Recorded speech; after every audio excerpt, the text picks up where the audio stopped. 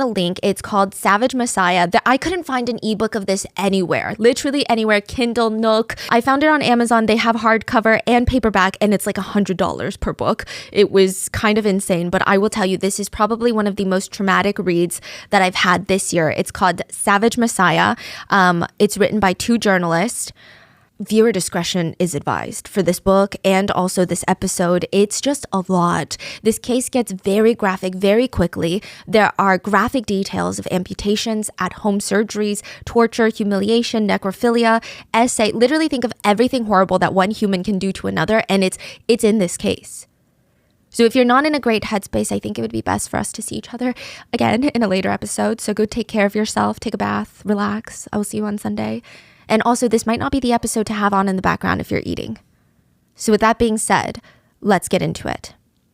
Almost a dozen kids were brought in by authorities to be placed into foster care homes. They're placed into different foster care homes, and they had all been malnourished, abused, clearly, and living in the woods. Like, some of these kids had lived in the woods their whole lives, in unsanitary conditions, detached from society, technology, everything.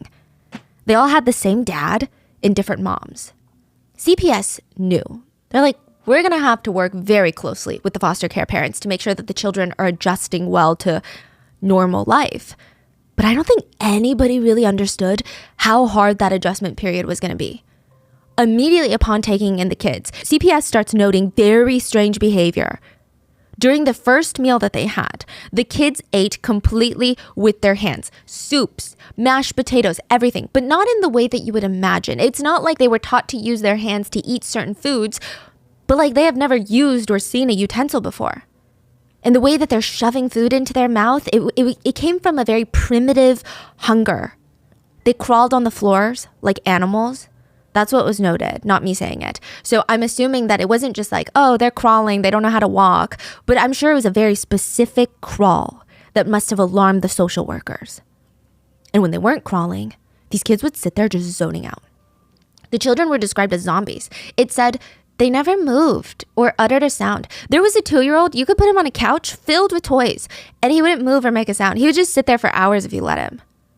Sometimes after a few hours of that, they would just rock back and forth in a trance. The first night that the kids were taken in, one little boy stayed up all night chanting on beat, "The devil's coming up from the ground. The devil's coming up from the ground. The devil's coming up from the ground." When the kids opened their mouths, they all had rotten, blackened teeth. And once they finally did start talking and getting comfortable around the social workers, they start telling them of all the things that they had lived through. How dad would make all of them, including their moms, lay on the floor, and he would urinate on their faces. Sometimes he would defecate on them and make them be human toilet paper rolls, have them clean him with their mouths afterwards. He would force them to consume each other's feces. Dad would force them to all gather in the cabin unclothed and do adult activities and take turns with him. These are all his wives and their children, his own flesh and blood, by the way. Many of the kids were either full siblings or half siblings because of this.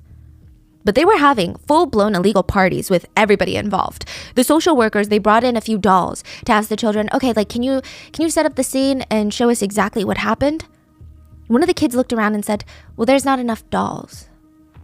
There is one report that stated a kid was forced to take turns with their dad and their mom. The kids talked in great detail, and the way that they told social workers everything, it was as if they're explaining like, yeah, well, that's life. Every kid goes through that. Everyone does that. It's part of growing up. The kids described how dad would take all of his wives to bed and force them to compete for his attention. He would pit them against each other, make them massage him while they cheered him on, while he slept with a different wife, all in front of their eyes. It was incredibly graphic. And again, the kids had no idea it was wrong. One of the kids said she was tasked with raising the family goat. She said that she really bonded with this goat and that it was her only friend in life, really. And then one day, her father called everyone out to the shed. He was unclothed. He raised her goat in the air, disemboweled it, and showered in the goat's blood. It was one of the worst cases the social workers had ever heard in history. One social worker, Georgia Brown, who tried her best with this case, who was part of the investigation into the children and helped them kind of adjust into the foster care system, she ended up taking her own life later, largely because of the horrors that she saw in this case. So what did she see? Some say mind control can be broken down into like 3 distinct phases, right? The first phase is convincing. Then there's hierarchy and competition. Then there's full indoctrination of new beliefs. To make it simpler, phase 1 is like the game of convincing. These people are very busy convincing the subject that they don't know what's right for them, but you do. You're the only answer. You know how to help them. You can give them purpose. You're convincing them that you have special abilities and that you are special, and if they follow you, they will in turn be special. And whether you're promising them salvation or the promised land, it's the game of convincing them that this is the truth. Then phase 2 is the game of hierarchy and competition to make these people feel accepted, but not really. Make them feel jealous, inadequate, have them fight for your love and attention. And it makes them not only feel closer to you and your beliefs, but it makes them feel like you are someone worth winning over. Then there's phase 3. Full indoctrination. This is the scariest phase because at this phase, most cult leaders have full control over people's minds. You don't even need a reason to do things anymore. You don't need to prove yourself anymore. People will do what you want them to do just because you said so. And Rock Terrio from Canada was a master mind controller. He would go on to have led one of the scariest cults that we've ever researched. He liked to play prophet, God, messiah, mad doctor. He performed rogue operations on his followers, literally for the fun of it. He loved polygamy. I mean, this guy was terrifying. People were just dying around him. The way that he was able to grab hold of someone's mind with such a firm grip and have them do whatever he wanted. Imagine following someone to the point where you spend hours feeling with no painkillers, watching as they amputate your arm. You can run, but you don't. That is a different level. So let's get into the Antel kits. But before Rock became a mad doctor cult leader, he was just some guy that owned a health clinic in Canada without any certifications on top of that, but a health clinic nonetheless. A lot of locals actually really loved his clinic. He focused on organic food, healing powers of holistic medicine, and there was always kind of this hint of religion, a hint of, oh my God, the apocalypse is coming, under everything that he did and said during his early messages. Like, people could get behind it though still. Eat clean, no drinking, no smoking, treat your body well, live healthy, your mind will be clear with the food that you intake. So his clinic starts gaining him followers. And I'm saying followers because people who worked at his clinic, they gave everything in their lives to be there. They sold their houses to fund the clinic. They lived at the clinic. They did not get paid for their work at the clinic. They're not just employees, they're followers. They just wanted to be around Rock Terrio. They felt like, this guy's something special. He has a vision that nobody else has. And a good chunk of his group were women, and he was going to make them devote their lives to worshiping and serving him. And the first phase of mind control is the game of convincing. And Giselle was going to convince Rock to marry her. She felt like, it's unfair. She said that she was upset because she knew Rock before he was loved and praised by all these women. She knew Rock before he was religious, way before he had this little health clinic. But now there's girls flinging themselves at him and he's just going along with it. She's feeling like he's not rejecting them. Why is he laughing so hard at their jokes? What could possibly be so funny that he's grinning from ear to ear? And she just felt this pit in her stomach. It felt like she's losing him and he's just going to slip away. A lot of the girls were also younger than her, so that didn't help. Giselle finally worked up the courage to ask Rock if he would marry her. A week later, the whole clinic packed into a van to go watch them get eloped at a courthouse. It was quick and easy, like one of those in and out weddings. Once they got back into the van, Giselle thought, okay, good. I'm his wife now, and everybody saw me get married to him. He's going to treat me like his one and only wife, and everybody else knows not to mess with us. They climbed back into the van, and Rock asks her, do you mind sitting in the very back row? He was going to sit in the middle row next to a few of his friends. All girls. Giselle nodded, climbed into the back, and for 5 hours, all the way home after her wedding, she watched her new husband flirt and tease the girls in the middle seat. And she would lean her head up against the window and cry. Rock must have heard, but he didn't care. And that was just the beginning of a marriage of literal torture. Later, when Giselle would fall pregnant, she decided it was time to put her foot down. She could not raise her child like this. With women everywhere, living with them full time, trying to woo her husband, spending zero time alone as a couple, but as like a 10-person group, Giselle is like, this feels like a commune. This feels like a cult, a polygamous family. Which Maybe she was okay with it until she got pregnant, but now she wanted that traditional family, white picket fence, the life that her husband promised to give her before all of this clinic shenanigans. So she turns to him and said, "You had to choose between me and this commune. If you choose them, I will leave with our unborn baby. And if you choose me, we will tell the group to disband and everyone can go back home." Rock looked at her, weighed out his options, and then he punched her in the face. He punched his pregnant wife straight in the mouth. He knocked her off her feet. Then he dragged her by her hair into her room and locked her in there from the outside, kept her in there, no food, no water, for 2 days. And he told her, "This is the way things are. You're supposed to submit, and it's supposed to be painful for you, and that's what God would have wanted." Giselle was convinced. From then on, Rock was openly sleeping with almost all the women that lived with them. He would impregnate almost all the other women and even bring multiple of them into his marital bed at once to have competitions of who was the best. Giselle was convinced that this is just what marriage is and that her husband should and be able to call the shots and do these things. The others were also convinced. This is what marriage is. This is what love is.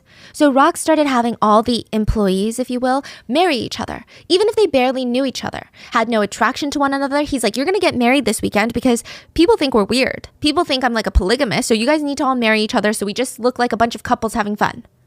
These were non-legally binding marriages. He didn't even have a license to perform actual marriages, but everybody took it seriously. He would have these group weddings where people would get married in the same day, just in a big batch.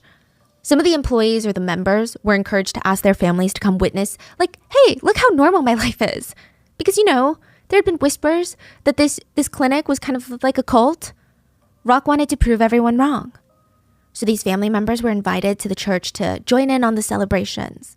Many of the family members hated Rock and the clinic. They felt like our kids were so normal up until this point, and now they're living with a big group of people, basically worshiping this man that has no credentials to even have a clinic. They dropped all their friends, hobbies, family, everything that made them an individual. For who? For him? They sat in the pews and they listened to Rock go on these unhinged speeches about how women's only job is to be obedient to men and do what they're told. And their daughters are standing up there like crying in happiness, and they feel like, what is going on? A lot of them were seen crying in the pews, not from joy, but just straight up fear for their daughters. And I mean, what could they do? It's not like they can pull them out. They would run back to Rock kicking and screaming. So all they could do was hope that they would wake up one day, leave. And many of them would honestly get very lucky to even get out of this cult alive. A man walked into the clinic one day and he's in tears. He's super distraught. And they're like, "How can we help you?" The man is telling the clinic that his wife, Geraldine, she's only 38 years old. She's got leukemia, which is basically cancer of the blood. And he explains, "She's been staying at this hospital, but I don't know. I just can't sit around. Like, I need to do everything I can to help her. I'm so desperate right now." Rock comes out and he talks to the man. And he's very authoritative, motivating, and the way that he's talking, it's like he already knew that Geraldine was going to be okay. It's very assuring. So compared to the doctors who keep telling him, "Well, we can't make any promises. We're doing our best. We're trying to see how she responds to treatment," Rock's confidence was comforting. Rock offered, "Why don't I go to the hospital? Let me go see Geraldine, see if there's any way I can help."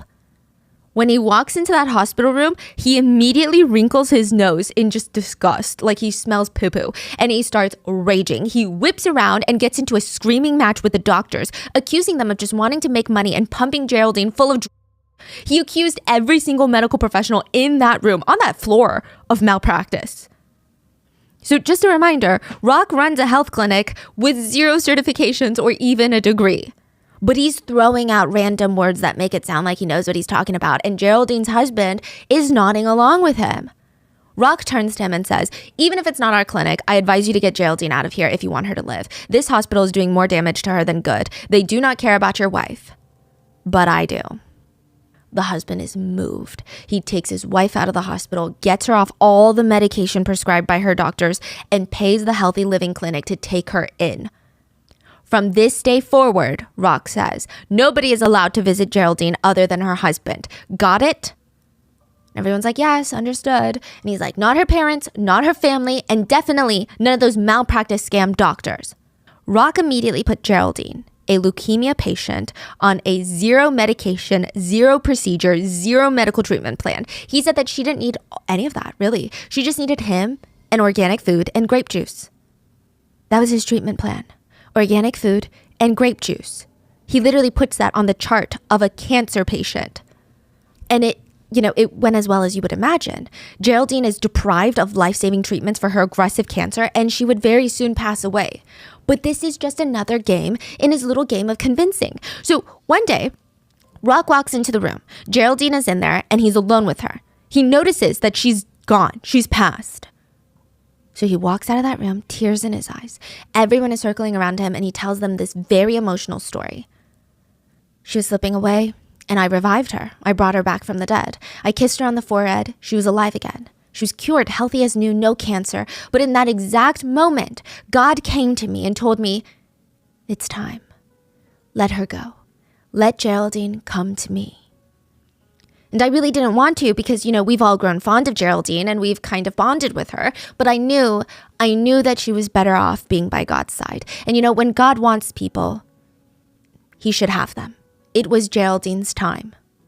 The group was convinced. Rock was not just a healer, but he was able to resurrect people through God. He was able to convince a group of people that even though he failed to do what he claimed he could do, it wasn't a failure. Actually, it was even better. It was better than successful.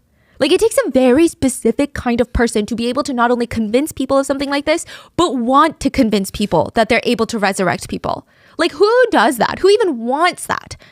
There's gotta be something in Rock's childhood or his backstory that makes this make a bit more sense. But most of Rock's childhood is kind of a mystery. It's a random mix of what he claims was his childhood, what some neighbors claim was his childhood. We don't have a straightforward timeline. There are a few claims that I'm gonna go over. Some say that he wasn't able to walk until he was 3 and talk until he was 6, which is pretty late. And we're not even sure how accurate this detail is and what it even really means. But when Rock did learn to talk, whenever that was, he was really, really smart.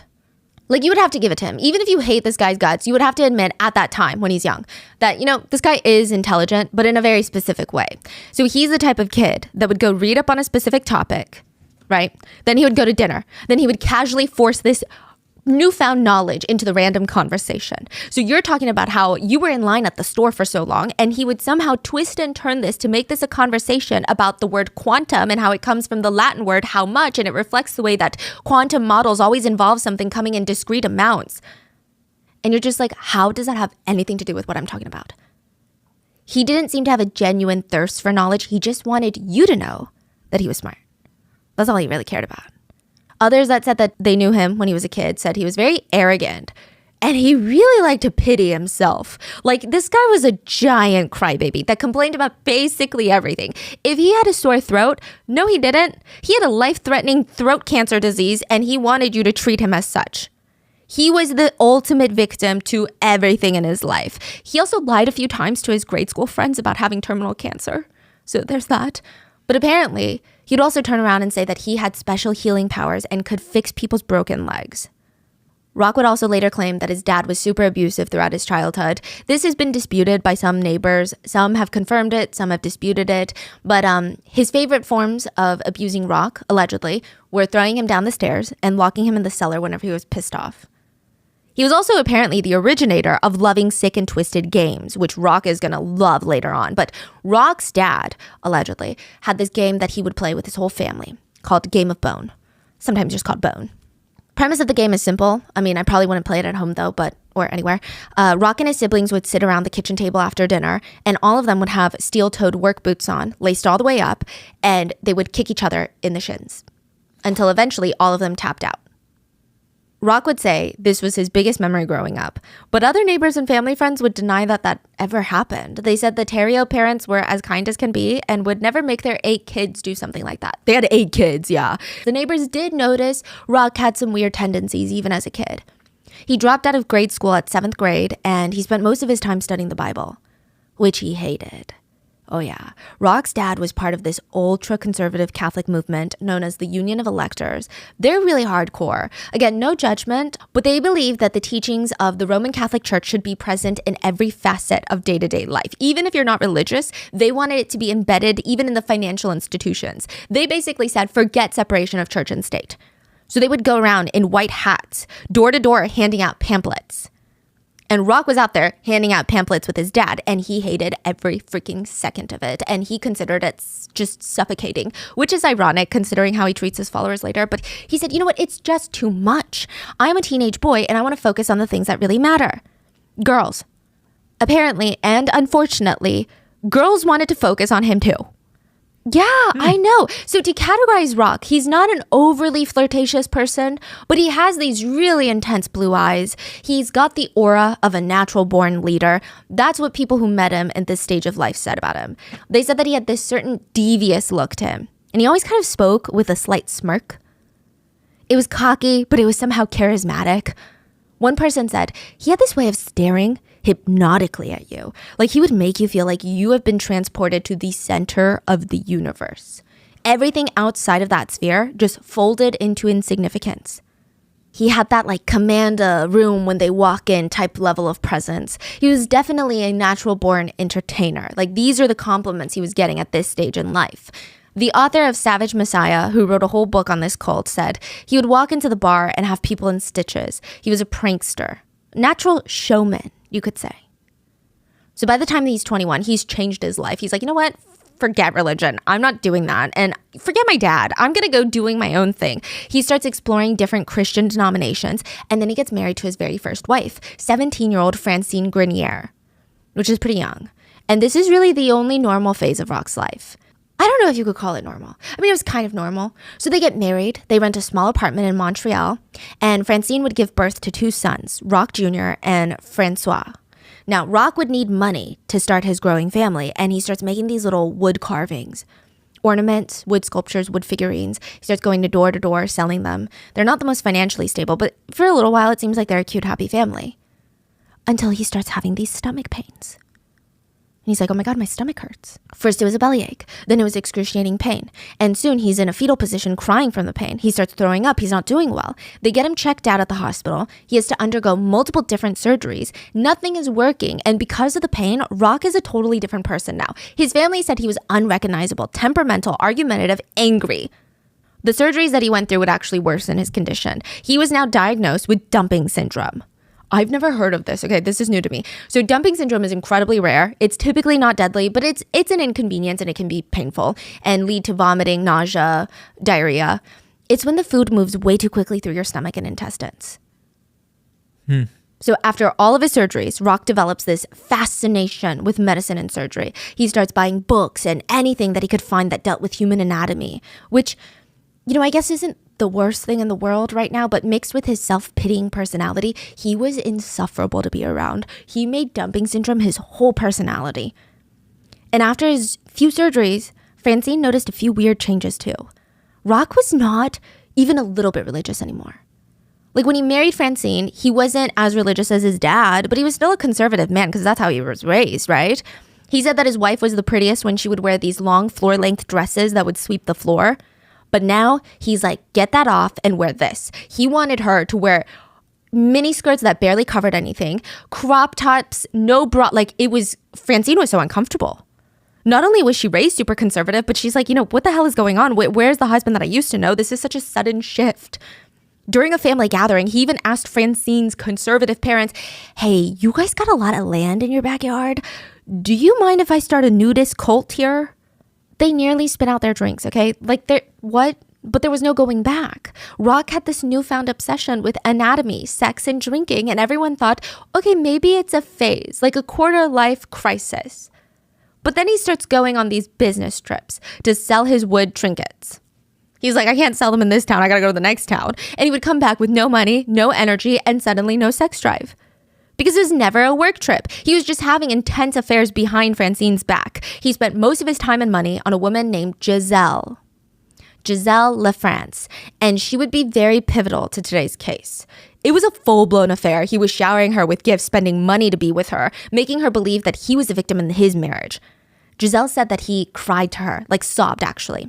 She said he cried and he cried. He said that he was sick and nobody was taking care of him. He had cancer. His wife was always out with other men and she was a bad mother. Eventually, Rock's family home was foreclosed on and Francine decided to file for divorce and take their 2 sons. She's thinking Rock can go just rot in a nudist camp for all she cares. But he didn't. He just joined another church instead. the Seventh-day Adventist Church, which is a really, really big church. I think right now they have 22 million members worldwide.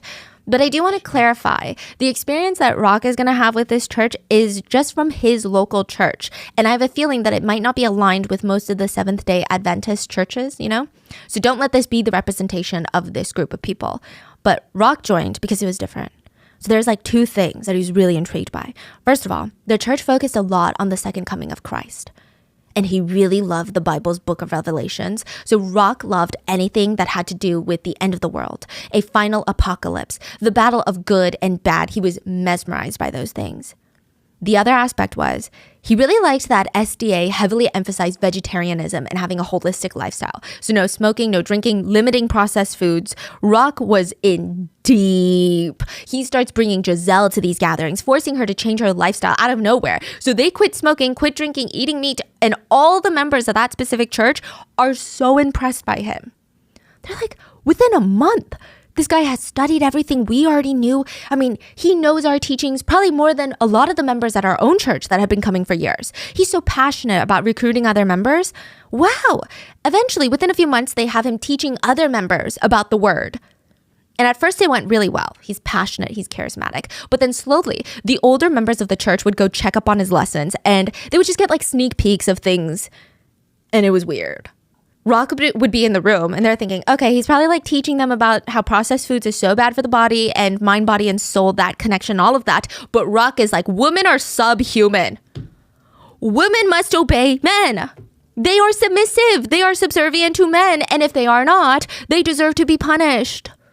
Polygamy, also great. The local church that he was attending was ministered. So the head person in charge basically was a woman who did not appreciate his teachings. So he was kicked out, and he actually took a big chunk of people with him, all really young, around 18 and 24 years old. And this is what's crazy, okay? I was imagining 18 and 24-year-old men, because the message that he's serving serves men. A lot of women. Yeah. He just knew how to win over a crowd. I guess he was just very compelling. In the beginning, he seemed open-minded, passionate, fun, and kind. He also spoke English and French. Most of his followers only knew French, but he knew both. And that just added another layer of like, wow, this guy is really special. He's really smart. Why do they speak French? Where are they? Canada. So they have French-speaking provinces. Yeah. But Rock was also unemployed, which like nothing is wrong with that. But he would live in Giselle's apartment rent-free. And now he's bringing all these young followers to listen to him preach in Giselle's cramped living room.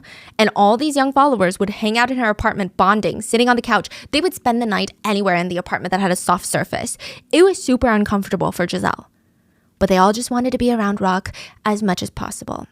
Giselle hated it. She said, I had to prepare the meals and look after the other girls as if I was their mother. Actually, I think some of them fell in love with Rock the first time they saw him. They touched each other a lot, stroking each other's hair and giving massages.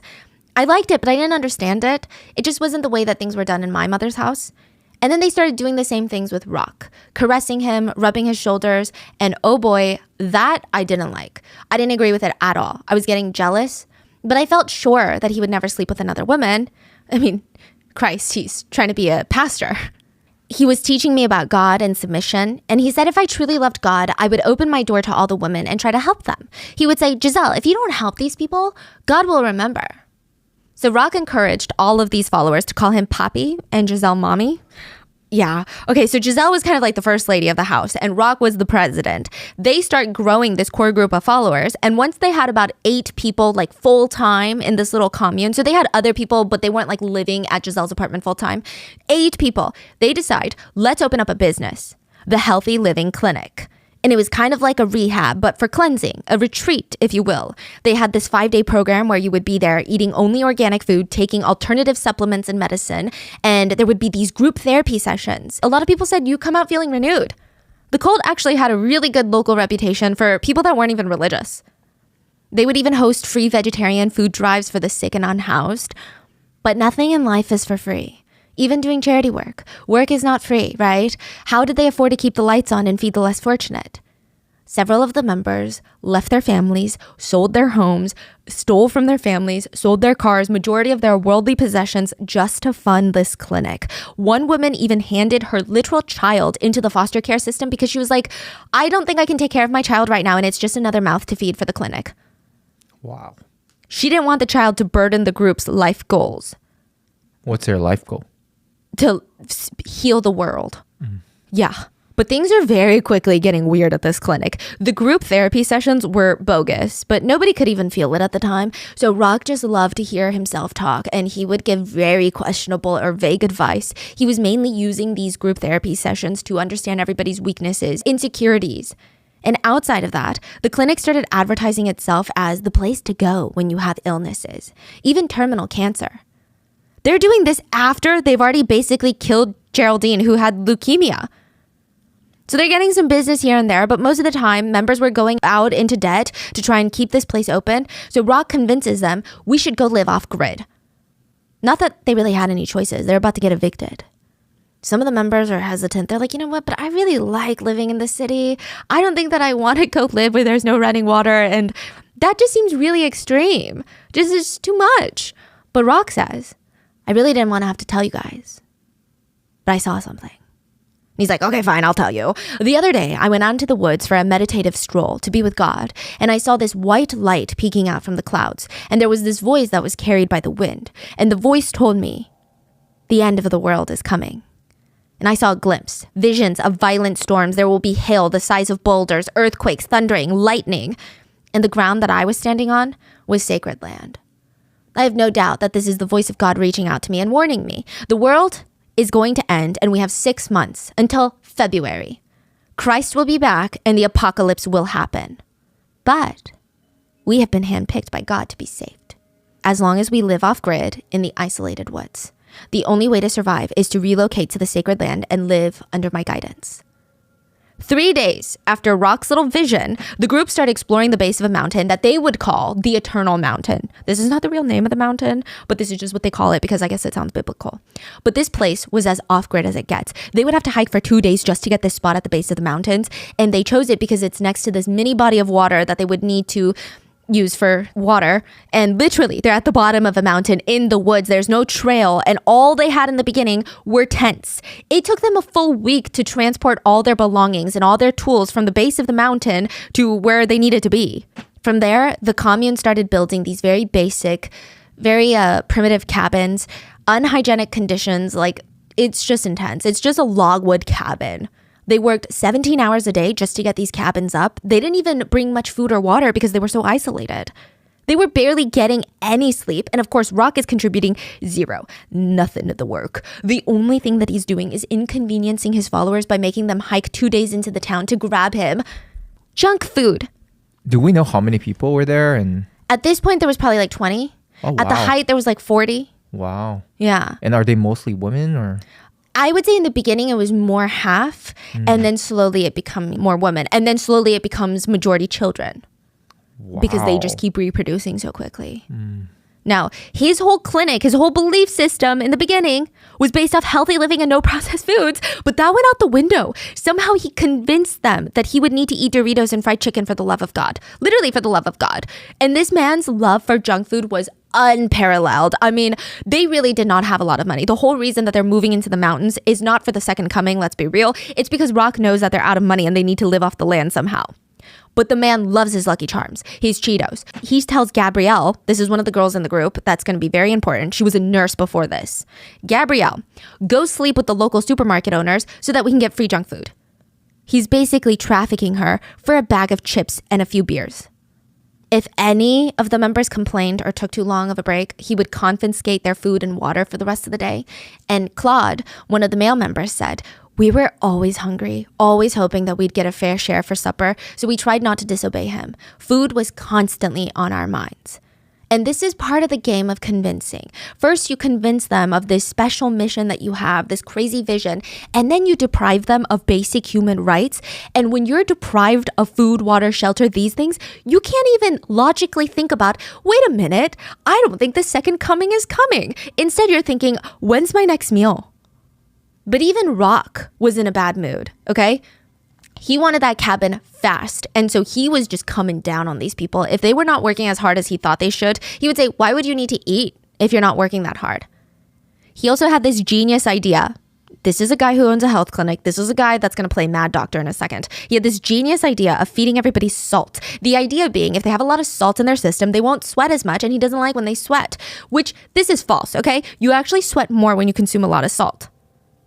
Never mind the fact that you're further dehydrating the members because they had water and food rations at this point, and you're feeding them straight up tablespoons of salt. You could literally kill someone from salt poisoning. Yeah, and it takes more water to process salt. Yeah. So this is, health clinic owner. And just the sight of this, I'm sure, is so ridiculous. So while the other members are sweating, bleeding from their hands, sweat drenching their clothes in the hot sun, Rock is sitting on a chair off to the side, eating chips and cotton candy while going on these random rants about how the outside world, their family members, they are all sinners that don't want them to survive the second coming, and they're trying to oppress us, and hard labor and me is going to set you free.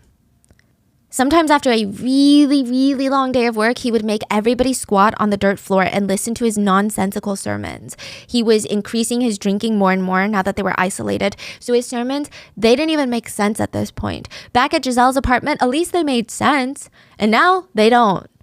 It's just rambles of a madman. If anyone even looked tired or their eyes got a little bit droopy, Rock would whip out a 4-inch thick wooden club, raise it above their head, and slam it down. And there would just be like this loud crack echoing through the woods.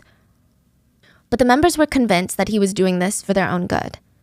So just like that, the cabins are built, and it was just a big open room. It's like a very primitive cabin. They had curtains hanging from the ceiling to divide the giant room into smaller sections.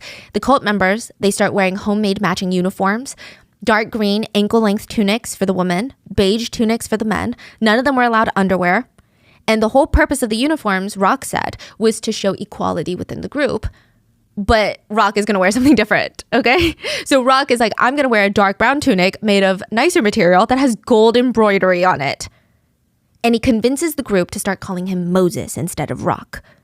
But we're just going to keep calling him Rock. He's convinced the group that he can resurrect people, God gives him visions, and that the apocalypse is coming, and the only salvation for them is to follow his lead.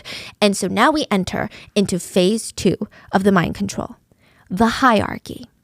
There are 2 main aspects to this phase. He is to further his narrative of Armageddon, the end of the world, the apocalypse, the second coming, you get it. This is going to isolate his group from the outside world even more, make them fearful and anxious, more devoted to him because he is safety and security. And then within his own little system, he has to create rankings for everyone because he has to be at the top. So if everybody's equal, they could have equal conversations of, wait a minute, guys, some of the stuff he's saying isn't really making sense.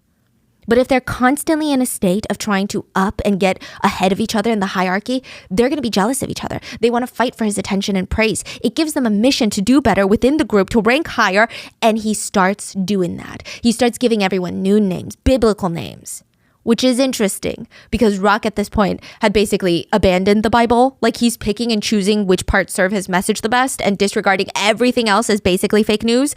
But he gives them new names and starts assigning them literal ranks. So for a while, Giselle had, because this is his wife, she had de facto highest ranking compared to all the other women. But that would not last very long. October of that year, so T-minus 5 months before the end of the world, Giselle was 6 months pregnant and tasked with guiding the other women to enlightenment. A lot of the women said, even though we're technically married to some of the other men in the commune, I know that that's what Rock felt was best for us. I just feel lonely. I haven't been able to connect with them. It's not really a real marriage, and I think I yearn for that sort of connection.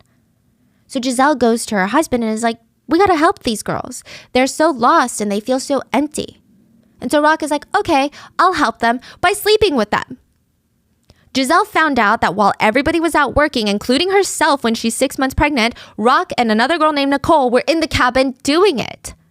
She was so pissed off, she bolted right out of the cabin, started running into the woods. Rock ran after her, threw her on the ground, strangled his 6-month pregnant wife, and he screamed, "My name is Moses, and I am your master. You will obey me, and if you don't do what I tell you to do, the Lord will crush your skull." He didn't stop until Giselle promised to come back to the cabin, and she really didn't have a choice. Her standing in the hierarchy was about to change.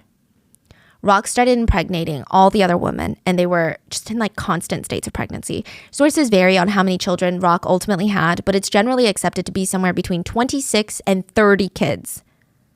He also started unofficially marrying all the women in the cult. He did it openly, and there was nothing a single person could do about it. And one of his favorite things to do was pit the wives up against each other, make them fight for his attention and love. I mean, they would point out every mistake that the other wives made to Rock so that he would physically punish them. And then they would be seen as the favorite. Like, everyone's fighting to be the brown noser. They went over and beyond trying to please him. Some of them would even give up their own children if Rock wanted them to. There were only 2 women in the commune that he did not sleep with. One of them was a woman named Maurice. Now, Maurice was the only one that hated being there. She was not there willingly. She joined because her husband, Jack, was in the cult. So she's like, okay, my husband and my kids are here, so what am I supposed to do? And she was constantly begging him, like, can you take us back to civilization? Like, we can't live in a cabin in the woods with our kids in these unsanitary conditions. She didn't even particularly find Rock's message compelling, kind of thought that he was a creep. She would naturally become the lowest rank in the hierarchy for the sole reason that she saw through Rock's bullshit. And she was the scapegoat for Rock. Something goes wrong? Well, of course it's Maurice's fault. He starts pulling her husband Jack closer and whispering in his ear nonstop that Maurice was on the other side. She has a birthmark on her stomach. Rock was convinced that the birthmark resembled the number 666, the devil's number. For that reason, Rock told Jock that he had to move Maurice away to her own little dingy shack away from the group. She can take care of her 2 kids over there that aren't fathered by him because Rock only likes kids that are his. And she's influenced by the devil. He also forbid the 2 from sleeping together. And he would actually egg on Jack to beat his own wife. And he would say things like, you don't know how to treat a woman like your wife. And the whole thing was really bizarre. Members said that Jack would beat his wife Maurice and then constantly glance over at Rock for an approving nod or a smile. And then one day, Maurice waddled into the kitchen. So she's heavily pregnant with Jock's baby. She got pregnant before Rock forbid them from being intimate anymore. So she's like 6-7 months pregnant. And she sits down, eats her small stack of pancakes on the plate. Barely enough food for one person, definitely not enough food for 2 people. She gets up, grabs a few spare pancakes left on the counter. They're like tiny little pancakes. They're not even yummy. She's starving. And while she's eating, Rock walks up to her, punches her on the side so hard he broke 2 of her ribs while she's pregnant. Maurice falls to the ground in pain, and Rock just stands over her, soaking in her agony. He never said that she could have more food, so she deserved the punishment. This point, Maurice had enough. She starts begging her husband, Jack, like, we gotta go. We cannot be here. I can't do this anymore. Jack goes and tells Rock what his wife is thinking. And Rock is like, oh, perfect. I have been itching to teach somebody a lesson. Bring your wife to me immediately. He gets the couple in front of each other and hands Jack an axe. It's only fair, since she's your wife, that you are the one tasked with disciplining her. Jack is like, I don't think I follow what you're saying. Cut off her toe. Jack immediately turns pale, ghostly white. He starts shaking his head, backing up from the axe, but Rock walks up straight into his face and smiles, and he's amused. He's like having fun with this. He says, what are you? Insert homophobic slur. Don't you have balls? If you want to be a man, you got to teach your woman a lesson. Jack starts crying, and Rock tells him, well, if you don't cut off 1 of her 10 toes, I'll just chop off all 10 of her toes. Is that what you want? Jack felt like he had no other choice. Maurice knew that she couldn't outrun them. She's heavily pregnant. They're in the middle of the woods. And she had seen what happens to members when they're attempting to run and get caught. So she's forced to lay down while Jack takes an axe, her own husband, and slams off her pinky toe. Oh my gosh. And Rock says, oh, a new rule. You 2 are forbidden to talk to one another unless I'm present. That goes for everyone in the commune. No one is allowed to talk to anybody else unless I am present. And to really solidify the hierarchy and rankings, Rock played games. He basically created his own torture Olympics out in the woods, gladiator-level games where he would torture the group physically and psychologically. Rock was a sadist. Like, there's no other way to put it. He loved putting people up against each other, playing mind games, and he really loved unique ways to torture people. He liked getting creative with it. He would go out into the dirt and draw this big square, and he would have his followers wrestle inside the square naked. It was like a Fight Club atmosphere for his own entertainment. He would give them 3-minute intervals to just pummel each other while he watched. Or he would instruct one person to get on the ground and the rest of the group would just jump that person. If he didn't have the energy to watch, he would force his members to get naked and just stand in the icy snow for hours. He would hand out knives to every single person except for one, and they would say, okay, we're going to go kill this person now. run into the woods. We're going to find you and stab you. And right as they're about to be stabbed to death, he's like, just kidding. It's like he loved this power. The last second, he would say, just kidding, I can do whatever I want. Sometimes he would come up behind his followers and douse them with boiling hot water and then force them to sit on stoves that were on. He also really enjoyed humiliation. He would have all of his members lay down on the floor and he would urinate and defecate on them, force them to eat each other's feces and dead mice, force each other to be human toilet paper rolls. He pulled out half their teeth with pliers, forced them to engage in group adult activities and sometimes including all the offspring. So moms, kids, dads, everyone. It's claimed that he made one of the members engage in bestiality at one point, which is the act of explicit activities with animals. They were told to smear each other with other excrements. And if you're like, how? Why? Like, how are they okay with this? Rock convinced them that he didn't want to do any of these things. He didn't want to make them do any of these things. By nature, he hated violence. It was against who he was. But he was a messenger, a vessel for God. And God was very mad at them. After these crazy torture sessions, he would run outside the cabin, fall to his knees dramatically, and he would cry, God, please stop using me as a vessel. And the group felt so bad for him. They felt like, we have to endure this level of torture because when the world finally ends, we will have proven ourselves to God and we'll be God's chosen ones. And technically, he's just whipping the sins out of us. To them, torture was purification. This was not abuse. This was cleansing. To show you how intensely they believed in this, one of the followers wrote a letter to Rock after a particularly brutal night, and she was brutalized as well. She wrote, Good day, Moses, my master. I would have liked to have talked to you yesterday evening, but I think it's preferable to write these things down rather than say them, for fear of talking too much. I'm going to talk to you about the last fit of anger that your master exercised through you. I really believe that it did not come from you, but from someone much higher. For my part, I really believe that you were possessed by a very powerful spirit. That's what I saw in what you did. The throwing of the knife, shooting us, the harm done to mommy. My eyes saw things that went beyond them. I am very well and very happy to belong to the real master, who himself belongs to the only master of life, God. Love, Solange. Solange is reassuring Rock that they all knew that he didn't want to abuse them, that it was God's doing through his body. He was just a vessel, he was a messenger, and he hated it. That, to him, was his own torture.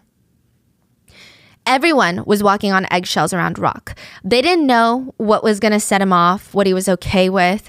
To give you an example of how terrified they were, they would write letters to Rock, and they called him Papi, and they would apologize literally for eating too much, being hungry, not being pretty enough, not being skinny, talking too much, literally everything. One letter reads, Hello, Papi. I'm writing to you about what you said on the subject of nutrition.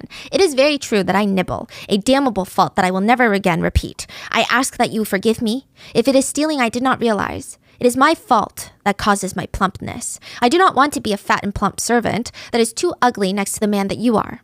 I will not repeat these actions. I wish to be a true servant to you, master, alert, vigorous, and with a clear and lively spirit, and, well, balances to serve you every moment of my life. Thank you, Papi. I love you. Another reads, Adored Papi and well-loved master, I am happy about the lovely family that you have formed and have allowed me to join. I am slime. I am less than nothing, and I beg your pardon for the errors of my flesh.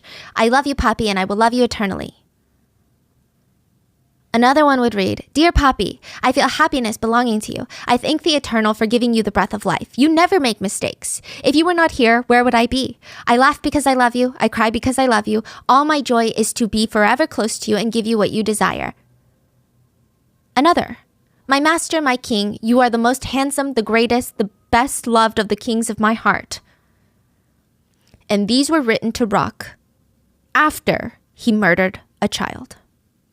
The newest person to join the cult after they moved into the mountains was a man named Guy Veer. Now, Guy had a history of depression and mental health problems, and he sought out the group. So he had seen Rock on TV. Yeah, because they're doing like TV interviews. We're going to get into that. He saw Rock on TV talking about his prophecies, and Guy was like, I love this message. So he trekked through the woods to find this cult. And he was like, hey, can I join you guys? And Rock is very intrigued by this guy who just like came out from the woods. How did you find us? Wait, what? This is weird, right? He starts taking him through all these random tests to see if he's worthy of being allowed in. He passes, but Rock is not satisfied. He makes it very clear to the group that Guy is not their equal. He is allowed to join the group, but he will live in the storage shed. He will not be allowed to celebrate with us. He will only get 1 meal a day. He will also be the new designated babysitter of the animals. That's what he called them. So remember how I said that Rock had a lot of kids with a lot of different women in the cult? Well, there were a few kids that people had brought into the cult that were either like Maurice and Jack had a few kids, and then some of the moms had brought in kids that weren't Rock's. And he called them the animals. Wow. He literally hated them. He would beat up them whenever he was bored. He told everyone that they were nothing but a waste of space, extra mouths to feed, so they had to be useful somehow. And they were controlled by the devil, so he had to beat the devil out of them. So he says, Guy, you're going to go watch over them. Not because I think you're a good babysitter, but because you're not. That's the whole point. That was his whole point. He's like, Guy seems unhinged mentally, so you get to go watch the kids. He chose the person that would do the worst job at watching, quote, the animals. So March 23rd, a month after the Great Disappointment. Yeah, March 23rd. Did you get that? The world did not end. The world did not end in February. But Rock was like, you know what? You know why the world didn't end? It's not because I'm not the Messiah. It's because God's time system and the earth's time system aren't the same. So I got to spend the next few months working out these time calculations. But you're still going to die unless you follow me. So I'm just saying. Rock was excited, March 23rd, and the whole cabin was going to be decorated. They were going to have this huge celebration because do you remember Rock's 2 kids with Francine when his life was kind of normal, right? Rock Jr. Yeah, Rock Jr. and Francois. They've now gotten older. They're 8 and 10 years old. They were both going to come and live with Rock. So they had little stints where they would come and live with Rock for a little while and then they would go back. At one point, Rock had basically kidnapped them to live in the commune. And when they were sent back to Francine each time, she noticed that they were just uncontrollable. Like they were malnourished, they were showing crazy signs of abuse and they were acting out. And so Francine is like, I can't do it anymore. Go back to your dad. So they're going to officially come live with Rock for good. Yeah. And he loves it. And he's so excited. He got them special tunics to wear because this is his full flesh and blood. I guess his first 2 sons, they're like his heirs. And yeah, it's going to be a whole thing. In the hierarchy, his sons, these particular sons, are above all others. I think it probably has to do with the fact that their mother was not in the commune. Because if one kid in the commune is favored over the other, then the mom would kind of get de facto higher hierarchy, I'm assuming. So I guess this was a way to like show everyone in the commune, see? You guys are losers. Look at my kids. Anyway, that day, everyone would be celebrating except Guy Veer because he would be watching the animals because they're not invited. So they would stay in this storage cabin and just stay quiet for the rest of the night. And the rest of the hierarchy, they would enjoy the celebrations. Now, there are 2 versions of what happened that night. The first version is that while everybody was at the party, 2-year-old Samuel started crying, disrupting Guy's sleep. Samuel is Jack and Maurice's baby. Guy wakes up super pissed, starts freaking out, starts screaming at 2-year-old Samuel, which only makes him cry harder, and that resulted in Guy punching Samuel 4 to 5 times in the face really hard. The first version claims Rock and the others found out about Samuel's injuries the next day and just wondered why Samuel suddenly couldn't swallow food, why he couldn't sit up like he normally did. And they said that Samuel's head just kept lolling back and forth on his neck and his private parts were swelling up. So Rock decided, out of the goodness of his heart, that this baby probably had a UTI, could not urinate, and he took it upon himself to create an incision with no medical experience, took out a pair of scissors, snipped away at the private parts to let urine come out, and sadly, Samuel would die, despite Rock doing everything to save Samuel's life. Then there's version 2, the much more likely version of events. It was told by Giselle, and the version is in the book Savage Messiah. Now, Giselle said, yes, Samuel's face was beaten and bruised the next morning, but other than that, he was fine. But out of nowhere, Rock announced that Samuel needed to be circumcised. So he grabbed a cotton swab, poured rubbing alcohol on it, and pressed it into Samuel's mouth like a sedative. Then he went to perform the operation. Samuel did not receive any painkillers. He was in excruciating pain in the last moments of his life, but he did not die from the operation itself. His cause of death was actually from alcohol poisoning from the swab in his mouth. Wow. So for 2 years, baby Samuel had known nothing but misery and the feeling of being unloved and hungry, and then he was killed in like the worst way possible. When Maurice and Jacques found out about their son's death, it said that they paused for a brief moment before resuming their work. So again, we don't know if this is because they knew any sort of emotion would have brought on more torture to them and potentially other of their children because they had a few more kids, or if they were genuinely at a state where they were so detached. It's unclear. At dinner, Rock offered to help burn Samuel's body to keep wild animals from picking at him. Maurice and Jack just nodded and said nothing else. And everyone else went back to normal as if nothing had happened until 6 months later, the trial. Rock woke up and had his wives dress him in his best, Sunday's best, black tuxedo. It was the big day. He was going to watch Guy take the stand and plead for his life to not be found guilty of Samuel's murder. Yeah, Guy had been arrested. Guy pled not guilty, and it was his job to convince the jury to spare his life. So after an hour, the jury comes back with a unanimous verdict that Guy was found not guilty by reason of insanity. What? Rock stood up in shock, and he was pissed. Rock was like, how can you not see how guilty this guy is of killing Samuel? And he pointed at the jury, which were his children.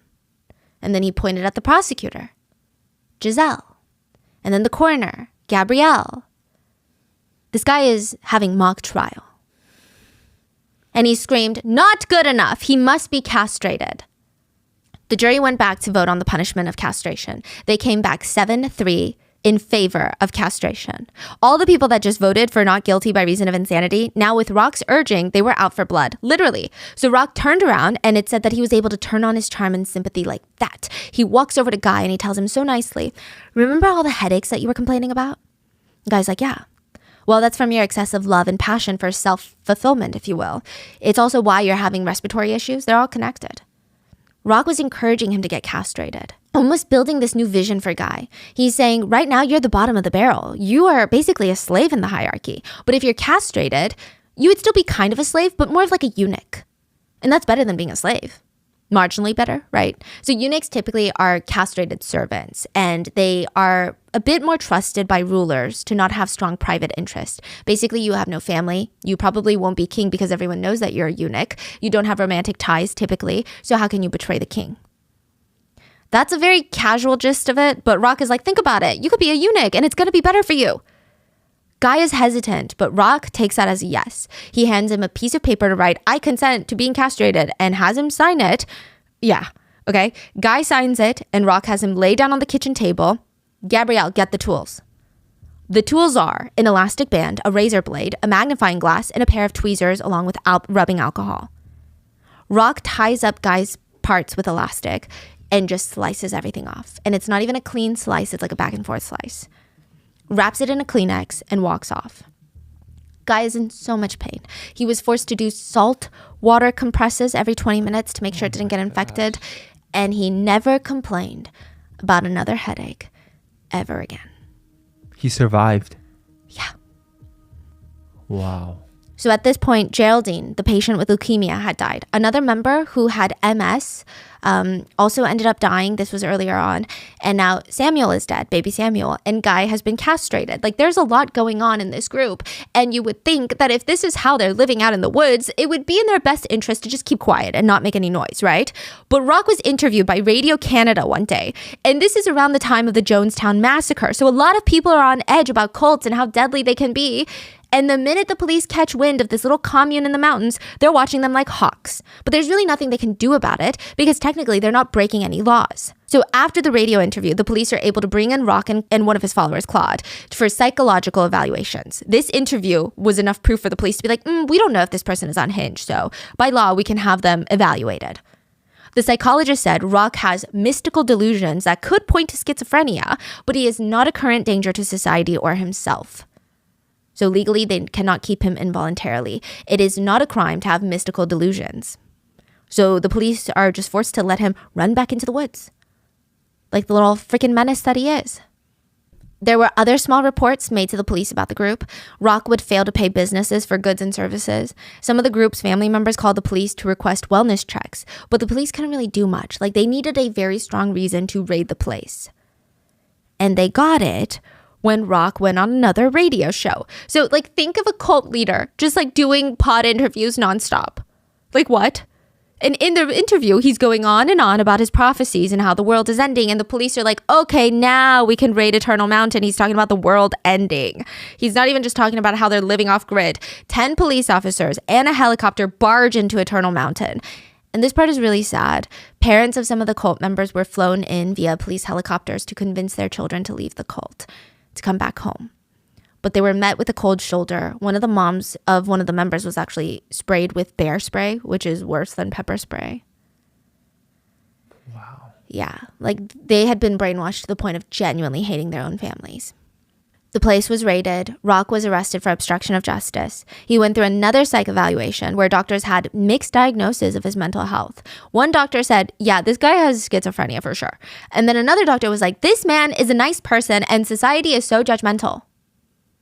The whole time during that psych eval, Rock was turning on his charm, telling the doctor, I'm actually a savior. Not in like the prophecy messiah kind of way, that's silly, but in the sense that these are all kids that were getting into and going off in the deep end, and I saved them. I put them on the right track, teaching them hard work, hard labor, how to eat well, how to take care of their bodies. We're just a group of lost souls that found each other and we're making a home together. The doctor went as far to describe Rock as a Renaissance man, saying that he was bright, inquisitive, and had a sensitive nature. So basically, Rock got off with a slap on the wrist because of this doctor's findings, and the media starts running with it. They start calling Rock the mysterious gentle mountain man. Okay, so I think also there's like a trend in media, and at that point in time, there was a trend of like, we shouldn't discriminate people because we don't believe in the same things that they believe in, which is, I don't think it's a trend. I think that's a really good value, right? But they were like kind of going off the deep end on it.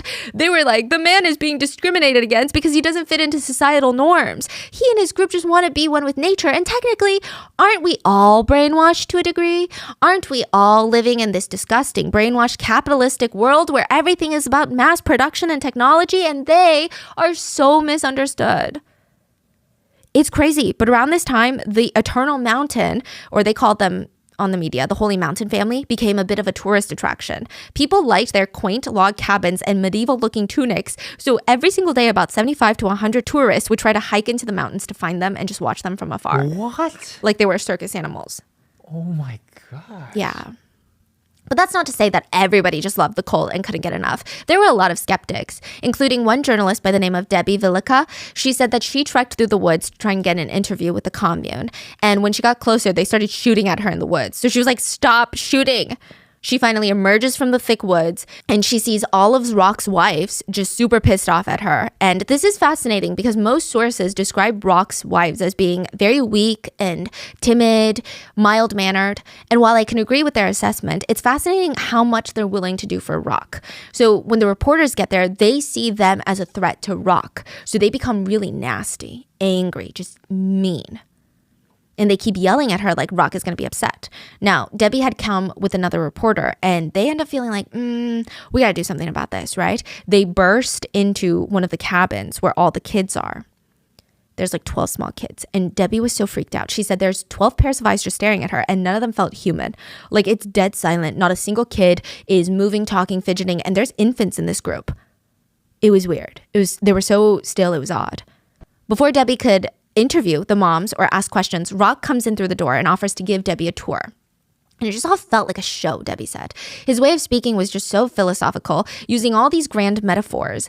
He gave Debbie this long-winded philosophical explanation of why things were the way things were. And he said, if you go downstream, the waters are muddy from people walking through it, drinking from it, messing it up. But if you come up to my source of the river, it is clean. And by coming to the source, you have come to me and you have come to the truth. What does that even mean? Debbie was not impressed. She thought this is just one big con man. He would say really self-pitiful things like, I have chosen this way of life. I know I am destined to suffer. Any person who believes in something with his heart that is different from others will suffer. Debbie is like, yeah, suffering by having a bunch of wives worship you and do all the chores.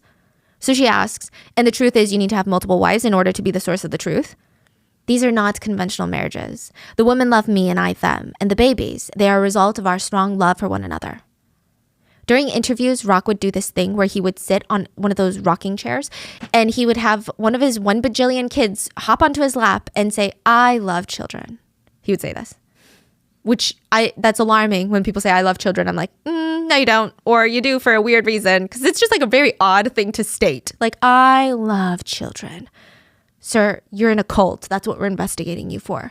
He talked about how his wives are such a big part of his life, and all of this is a mutually agreed upon decision between all of them. And he said, in fact, as we speak, there are 3 more babies on the way, and we plan to deliver them through natural birth on our land. I love my current 7 wives, and they love me. It is natural. Babies come.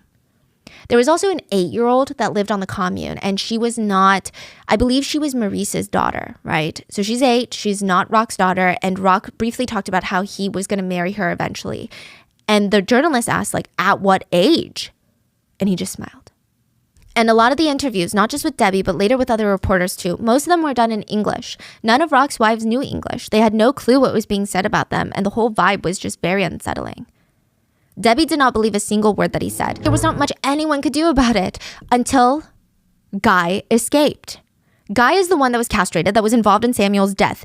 He escaped. Even after his castration, when he was promised that he would be treated better as a eunuch, he wasn't. He was regularly jumped by the group and like doing all this dirty work. So he runs out. He tells the police that there's a dead baby in the commune, and he didn't describe in detail the truth. He said that the baby was kicked by a horse and died because I guess he was scared that he was going to get arrested. Now, it was enough for the police to raid the whole place. Rock and 6 other members were arrested. Most of the children were placed in temporary protective custody, but the group was calm.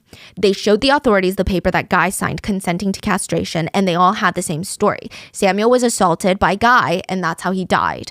They even told the cops about the mock trial, and that's, why he was castrated. It's honestly unhinged that they were talking about it so casually. The authorities would later say, it is unnerving how everyone in the cult seemed so uncaring. Like no one was shaken up, remorseful, embarrassed, or even upset by what they were talking about. Gabrielle would later say, at the time we were no longer human beings. We could not even think properly because what you go through is fear. Second after second, minute after minute, hour after hour, for years, you stop becoming human. Do we know how long they're in the woods for?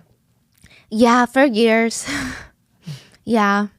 Some of them, each member leaves at different points, but it's complicated because they're going to get arrested and then they're going to go back into a different set of woods. Wow. But some of them would be in the woods for like a decade. Living like this for like a decade, yeah. So they were tried in the real court system, not a mock trial, and 7 members of the cult were found guilty for the death of 2-year-old Samuel. They were found guilty of a lot of other charges as well: obstruction of justice for burning Samuel's body, child neglect for the children at the commune, bodily harm with the intent to mutilate Guy, and for the next few years, Rock would be imprisoned. Their cabin in the woods would be destroyed. They would all be evicted, and everyone thought, okay, this is it. This is the end. Horrible, but this is the end. But no, the commune stuck by Rock's side. They rented out apartments near the prison and they would visit him as often as they could. Giselle took on the role of de facto leader, head. She worked on keeping everyone in town, everyone in the apartment, maintaining their support and morale for Rock. Rock would constantly call them to remind them of how much he loves them and he can't wait for them to be reunited. And this is God testing them. See, that's a trend with all these religious cults. Arrest is a test. Arrest is not a testament to guilt or a crime being committed. It's like, can you get through this? You have to get through this to prove that you're someone special. He gets out in about 2 years, which is insane. That's literally nothing for the charges that he was facing for like the crimes that had happened. He reunites with his members and he wants to find a new sacred land in a plot of land next to the Burnt River. It's in Ontario. It's 200 acres of property. So Rock and his 22 remaining followers. So prior to this, there were like 40 of them. Now it's like 22. 3 men, 9 women, 10 kids. They head to another isolated off-grid location. And side note, while all of this is happening, again, the apocalypse came and went. And like these people are still at this point so indoctrinated to the point where they don't see the truth. Now we enter into phase 3. This is when they get to their new isolated home. This is the point of no return. This is the scariest phase. This is when it's just full indoctrination and Rock can do whatever he wants, whenever he wants, with no reasoning. He starts his game of punishments. This is when he doesn't need to justify anything. He doesn't even have to act remorseful afterwards. He stops all of that. What he really wants to do now is play doctor. So side note, the cult name, the Anthill Kids, actually comes about around this time that they moved to the Burnt River. They were busy building another cabin structure out in the woods, and Rock is sitting there eating junk food, and all the members, including women and children, are scrambling to make these cabins, and he thought it was so funny. He thought it was really hilarious. He said they all looked like worker ants putting together a colony, like scrambling around. So he dubbed them the Anthill Kids. The group built the cabin, made their own wooden tables, bed frames, chairs. I mean, this commune was definitely a bit more elevated. They had a cellar under the cabin where they stored vegetables. They grew corn and potatoes. They had a wood stove and oil lamps around the cabin. They designed jackets with large interior pockets so that they could go into the town of Somerville and steal whatever they wanted, including meat and processed foods. Again, things that they started hating in the beginning of the cult. Nobody in Somerville knew who these people were and what they did in their past commune, and Rock decided that they would open up their own little bakery to make money. So they started selling pastries and fruit, and it was kind of cute, I guess, to outsiders. He named it Anthill Bakery, and from the outside, the locals just thought, "Aw, like what a cute bakery of a bunch of harmless hippies who are just trying to sustain a livelihood off-grid." So now, with the new cabins built, a new business that can at least feed them, Rock is getting bored. He brings back Torture Olympics full force. He's constantly beating the kids. He would single out random kids, usually the ones that he didn't father, and sometimes even his own kids. For whatever reason, he would just hate one of them randomly and say, "This one is marked by the devil." It got so bad on a cold morning, January 26th. It was about 14 degrees outside. Gabrielle, who was a nurse prior to all of this, she had a 5-month-old son with Rock.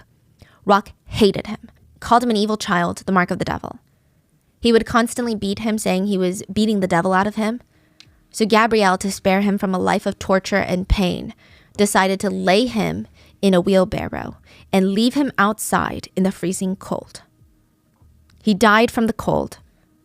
His eyelids were frozen shut.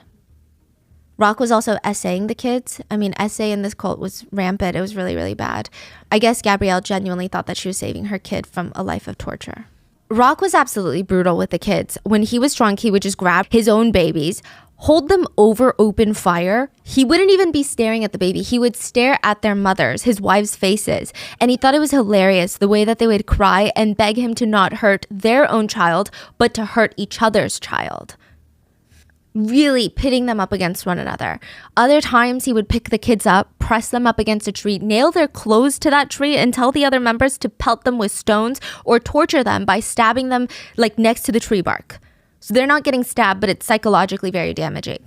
He would even turn the kids against their own mothers. Once he got older, he started forcing the kids to beat their own mothers to show that they had no allegiance to anyone but him. The kids lacked sleep, food, education, sanitation, everything. Their teeth were decaying. Mental health was not a thing.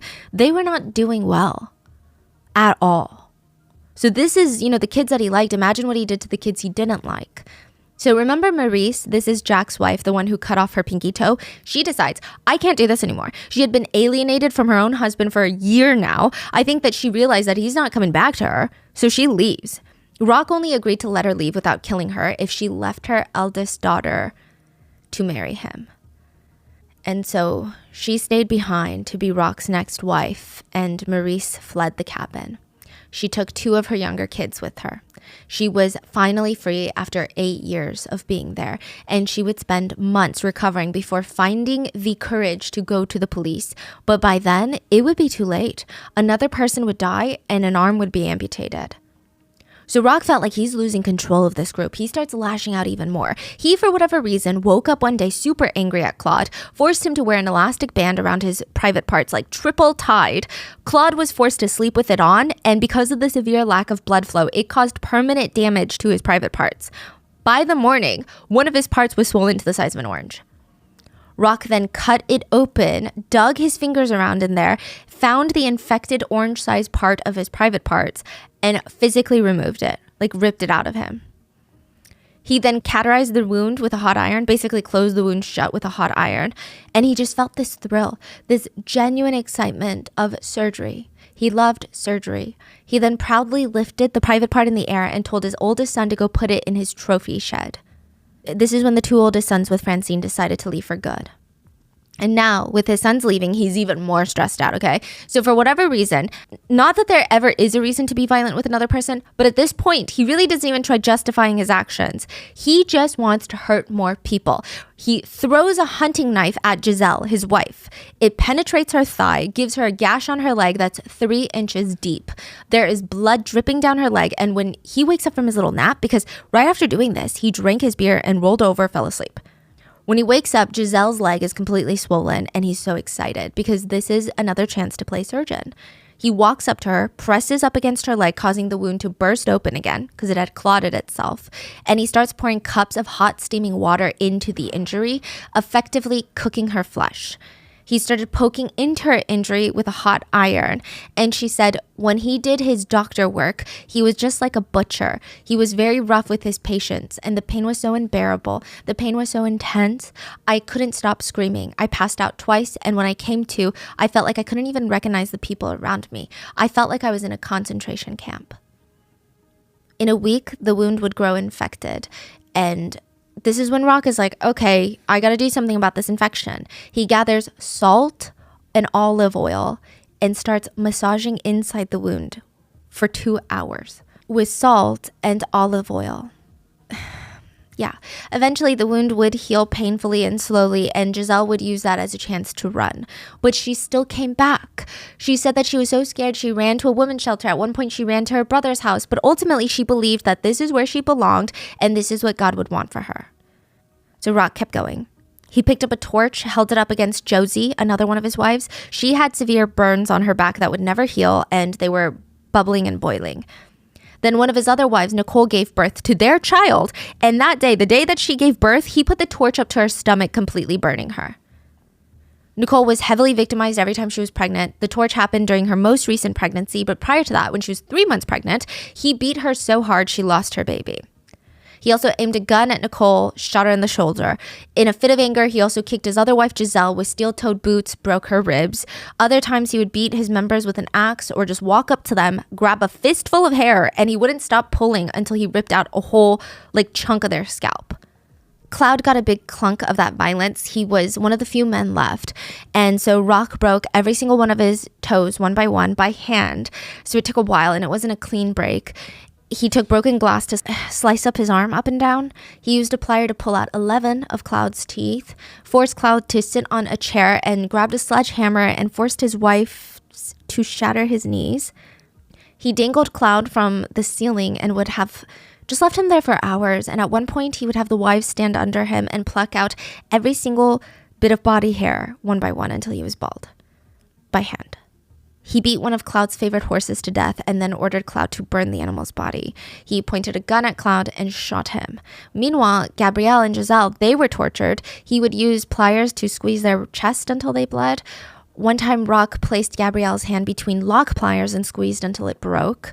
He used the same pliers to rip out 8 of her teeth and even some of her jawbone at one point because he was pissed off at her. Yeah. He also smashed her thigh with a sledgehammer. He also started getting a bit more inspired by medical gadgets. He started using needles, filling them with whatever unload liquid that he wanted, and he would inject them into his followers. But after injecting them, he would purposefully twist the needle so the tip would break off, and it would be lodged into their skin.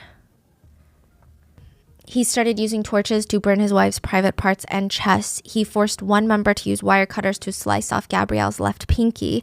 And then one day, after a very long day of hard labor, Gabrielle said she looked down and saw something peeking out of her private part.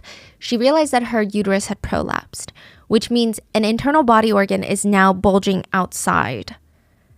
Usually it's down there and it's from weak supportive muscles. It was now sticking 3 inches out of her body. So she freaked out, went to Rock, and he literally punched her in the uterus to try and force it back in.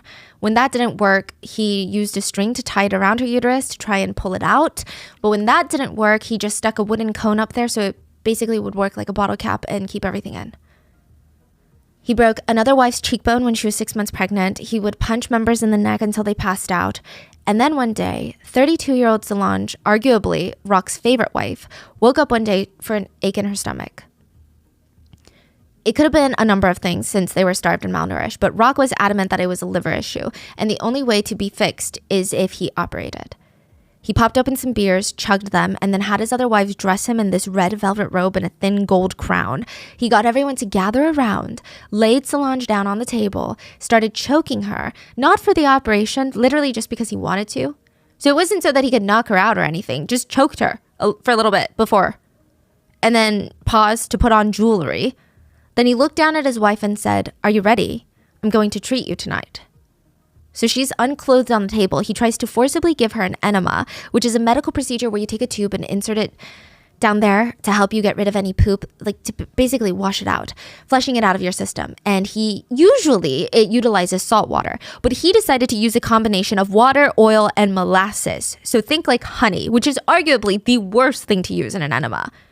He spent a good 30 minutes trying to get that to work. He was not nice or gentle. Solange was in a lot of pain. Once it was kind of inserted, he just starts punching her stomach viciously. Then he placed a tube down her throat and starts telling the other members to either blow or suck onto the tube, depending on what he was doing. When that wasn't satisfying, he grabbed a knife and sliced under her ribs. It was a 5-inch gash vertically down her side. And he just reached in and grabbed whatever he could find. And he pulled out 4 inches of what is presumed to be her intestines. They said that Solange was super calm during all of this and didn't even cry out. He told her, "It's okay, there, you're gonna be all right." He had other members stitch her back up and took his part to the trophy shed. Solange would have no anesthetic and no pain reliever. Gabrielle said her belly was open, and here she was in a state of calm and peace, and that really impressed her. After Solange is stitched up, he orders someone to draw Solange a hot bath filled with herbs and cherries, which just makes her feel so much worse. So he changes his mind and makes it a cold ice bath. So that night, Solange was tended to by a few of the other wives. She was bleeding out, and by the morning, she would be dead. Her last words to them were, "Well, I never thought I would suffer that much in my life." Doctors would later state that she passed from a hole and leak in her intestines, and it would have been very painful. Rock was devastated that Solange died, which I know, okay, it's shocking because he causes her death and turns around acting like he's the ultimate victim in all of this. Solange was his favorite wife. The members said that he fell into this deep depression after this, and he tries to get one of the members to shoot him. He claims to have taken 400 Tylenol, which I highly doubt. He claims to have tried drowning himself. I just don't think that he's the type of guy to want to exit. I feel like he would want to hold on and stay for as long as he possibly can, even though he's a menace to society and nobody wants him. But he said that as he was attempting to drown, God came to him and said, "You were pregnant with Solange." Yeah. Okay, so side note, this is not the first time Rock has said something very bizarre. At one point, he would go on these rants about how eating one's own male offspring is the ultimate religious experience. So Rock told the group that he's having these dreams that Solange is inside of his body and he was going to give her reverse birth, which is when a man's stomach works like a woman's womb, and he is now pregnant with his dead wife Solange. He was going around all day saying, "I'm pregnant, I'm pregnant, I'm pregnant." He had his followers dig up Solange's body and instructed the other wives to cut her up, pour vinegar all over her remains to get rid of any worms. Then he had other members drill a hole into her skull so that he could make love to her brain, and believed that his output would be her reincarnation. He even encouraged his other male members, well, just one, to do it because they were castrated. So when that didn't work, Giselle comforted Rock and told him that Solange would want to have been cremated. He starts digging for bones and vital organs that he wants to keep before she's cremated. He kept her rib bone in a leather wrap that he wore around his neck. He kept some other parts in a jar filled with olive oil, and it said that, like her kidney and uterus, and it said that he would make love to that jar consistently. And a lot of followers were starting to kind of wake up to the crazy that was Rock around this point. Gabrielle wanted to leave. She tried a few times, but she told her brother, she was so scared of Rock, but at the same time, she didn't think that she could live without him. One day, Rock got drunk again. And at this point, a lot of the followers, they would run off into the woods every time he got drunk so that they could just hide, because drunk means violence. And many of them fled. Gabrielle got stuck. She didn't flee fast enough, and now she's watching him, hoping that he doesn't pick on her. Well, he did. He remembered that Gabrielle had a stiff pinky, and he tells her, "Come sit on the kitchen table." He pats the table, like, "Put your hand down here, palm face down. It's gonna be okay." She puts her hand down on the table. He stabs a knife into her hand in the middle, so effectively nailing her hand to the kitchen table. There's blood gushing out from her wound, but Rock doesn't do anything. He casually goes over and starts drinking some more. For about 45 minutes, Gabrielle is sitting there, hand drilled to the table essentially, and cannot move. She's in excruciating pain. She's in shock. She's forcing herself to not pass out. And when Rock turns the attention back on her, her arm starts to turn blue. And he said, "That's not looking so good, is it?" He grabs another knife. This is like a carpet knife. So it's very similar to a box cutter, but with a tilted handle. It's not going to be the sharpest or the most effective knife. He grabs that knife in one hand, another hand to hold down her shoulder. And he starts pressing the carpet knife between her elbow and shoulder, so like middle of her upper arm, and he just starts carving. And it's a good utility knife, but a carpet knife, from what I can tell, is not equipped to handle cutting through tissue and muscle and bone, and that's what he's trying to do. He starts carving through the different layers, and he keeps getting down to her bone, and he keeps trying to cut, but it's not working, and he's getting frustrated. He does this for hours. Gabrielle, mind you, is awake the whole time. She's watching this being done so close to her face. Rock calls one of the other wives to come over, and they start just digging their hands in there trying to pull bone out. And it's still not working. So they undo the hunting knife from her hand, pick her up, lay her down on the floor. They grab a blunt meat cleaver and completely hammers off her bone, amputating her arm for no reason. Gabrielle did not cry. She said she did not even yell. She said she felt no fear watching this happen. It took hours, and she just heard God telling her that God was with her and that God loves her. And this is when she believes reality broke. Because she's thinking, wait, God is with me right now, and God just told me I love you, and people wouldn't do this to people that they love. And God was the only one that made her feel safe and calm in that moment. So afterwards, she had a moment. Yeah, where she was thinking, this man is claiming to be God, but he seems like the devil. And she said, believe me, I was sure that night that I was certain I was going to die. So she left for a women's shelter the next day, but Jack convinced her to come back and that Rock had changed. She went back and they saw that the tissue on her arm was dying because it wasn't being treated. So Rock grabbed a pair of scissors and started cutting out the tainted parts. He also decided to slice off a chunk of her breast and beat her on the head with an axe. He forced her to go out to eat with him that day after doing all of that at a local Chinese restaurant. And the whole purpose was to just humiliate her and force her to show off her arm and scare the waitresses. Gabrielle was beaten, abused, humiliated, and eventually she ran out of the cabin into the woods. She didn't have the energy to go find help because it was very isolated.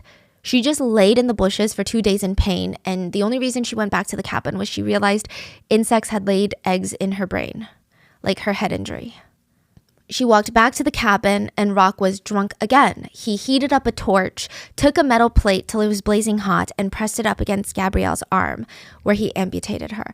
The worst part was he was so drunk that he kept dropping the heat metal plate, and it just kept dropping all over Gabrielle's body. Finally, Gabrielle was able to escape from the group and made it to a hospital. But she was still protecting Rock. She tried to make up a story about how her arm had been cut off. The hospital did not care. They immediately called the police to investigate, and then she would finally open up to the horrors inside of Anthill. By the time the police get to the cult, the cabin is empty. Everyone had fled.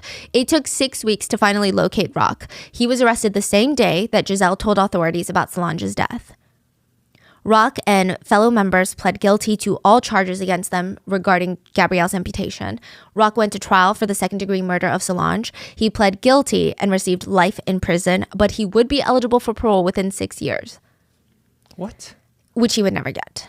But there was just a lingering question even after all of this that the public wanted to know, which was, did Rock believe what he preached? And did all of his followers believe him, like, wholeheartedly? Was there not even a single moment where they went, maybe this guy is full of shit? We don't really know. What's crazy is Rock wasn't even that powerful of a person outside of his cult. For example, he was visiting Utah one time, and he managed to get a $75 ticket in the United States. When he was handed a ticket from the cops, he walked away with a squishing sound coming from him because he had peed himself. He was not powerful or cocky to the outside world, but to his group, he was the all-powerful leader that could do no wrong. As for Rock Terrio, a lot of past members believe that he genuinely was delusional, that he genuinely believed he was some sort of prophet, some sort of gifted surgeon. Even after his arrest, 3 members remained devoted to him. They moved into apartments near the prison and scheduled as many conjugal visits as they could. So they were still sleeping with him while he was in jail. These 3 women would go on to have 4 more children with him while he was in prison. They were all immediately taken by CPS and given up for adoption. And Rock liked being in jail. He told the parole board that he wanted to stay in jail because he was scared for his safety outside. Which again, raging victim complex, okay? Like, he was really busy in jail as well. He tried to write a book, tried to sell artwork to a website called murderauction.com, which is exactly what it sounds like. They auction off art and other works from killers. It's definitely a controversial website. Wow. Canada stopped the release of Rock's work because of the outrage it was causing. So he's busy. His life in prison was honestly okay. A lot of the guards really liked him. Despite being one of Canada's most infamous and despicable criminals, they said that he was charming. And then it's debated whether or not this could have been stopped, whether or not the cult could have been stopped.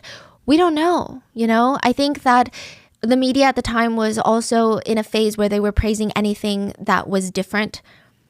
And yeah, I don't know. It was just strange. People were just not calling it out for what it was. I think people were very careful to be like, we don't really know, so let's let them do what they want. They're not hurting anyone, right? We don't know. February 26, 2011, which is the same month that Rock predicted a second coming like a decade ago, well, many decades ago, that the world was going to end. Well, February 26, 2011, the world did end for Rock Terrio. A 60-year-old man, Matthew McDonald, walked into 63-year-old Rock Terrio's cell and walked out with a bloody shiv. He stabbed Rock in the neck until he died, and somehow Rock's healing abilities did not save him.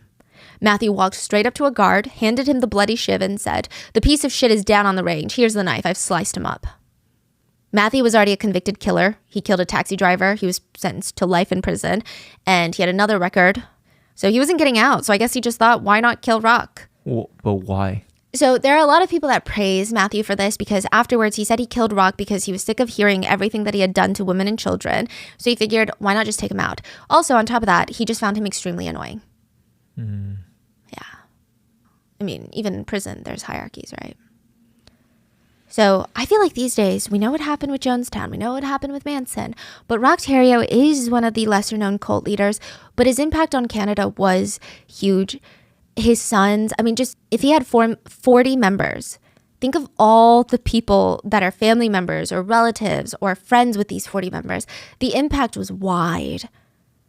The kids, Rock Jr. and Francois, they would go on to write a book. They called their dad a shark that just needed to see blood. They said that they were scared every moment that they were in that cult. Gabrielle said that she was so lost when she met Rock. She was just looking for someone to find her. She was a nurse, but just nothing in life was clicking. Then she met Rock, and the way that he looked at her, it looked like he was looking inside of her. And then when they had held hands for the first time, she said it was kind of like a burning sensation, like a magnetism she couldn't pull away. She had never met someone with as much charisma as him. Gabrielle would later go on to write a book about her experiences in Anthill, Alliance of the Sheep. I could not get my hands on an English version of it because I believe it is in French. And yeah, I can't find it anywhere. If you guys can find it, please let me know. I'd be so intrigued. But she said it was very therapeutic to write. And the end message of the book is, happiness is not out there. You have to find it in yourself. And everything is already given to you to fulfill yourself. She said, there's always a bit of hope in the darkness, and we have to hope for that to get out of the darkness, because there is always light at the end of the tunnel of our human misery. Always. Never give up. Never, never, never give up. And that is the story of the Anthill kids. It's probably one of the most gruesome ones. I will just say, I'm not sure if this is going to get approved through YouTube. We might do a shortened version of it on here. Maybe check out Spotify where the uncensored video will be, or if you just want the